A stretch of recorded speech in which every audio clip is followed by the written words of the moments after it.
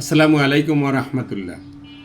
হযরত আবু হুরায়রা রাদিয়াল্লাহু তাআলা আনহু হইতে বর্ণিত, রাসূল করিম সাল্লাল্লাহু আলাইহি ওয়াসাল্লাম বলেন, তোমাদের ভিতর যারা দোষ ত্রুটি বা অন্যায় করে, ভুল করে, একটা কাজ করলো, সেটা যখন তোমার সামনে পড়বে সেটা তুমি ঢেকে রাখতে চেষ্টা করবে।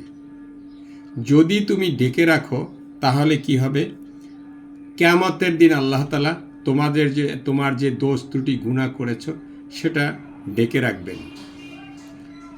আমাদের সমাজে আমরা কি করি যে মানুষের দুর্বল দিকটা প্রচার করে তাকে কিভাবে বিপদে ফেলা যায়, বিপদে ফেলাইতে পারি এই চিন্তা করি আমরা। না, আমাদের উচিত একটি মানুষ বিপদে পড়ছে, অন্যায় করছে, ভুল করছে, সেখান থেকে শোধরাইয়া তাকে নিয়ে আসা। মানুষ হিসাবে ভুল ত্রুটি হবেই,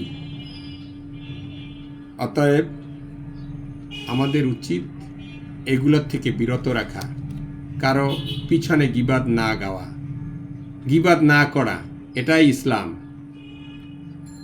আর একটা অনুরোধ করি, সেটা হলো এই যে হাদিস, এইটুকুন ছোট্ট একটা হাদিস, এইটা আপনারা মানুষের মাঝে ছড়িয়ে দেবেন।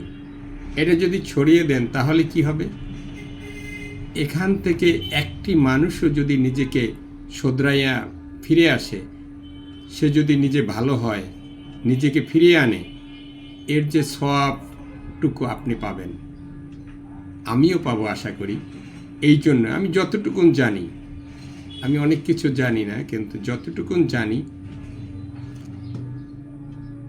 এটা প্রচার করতে চেষ্টা করব ইনশাআল্লাহ। দোয়া করবেন আমার জন্য। আসসালামু আলাইকুম ওয়া রাহমাতুল্লাহ।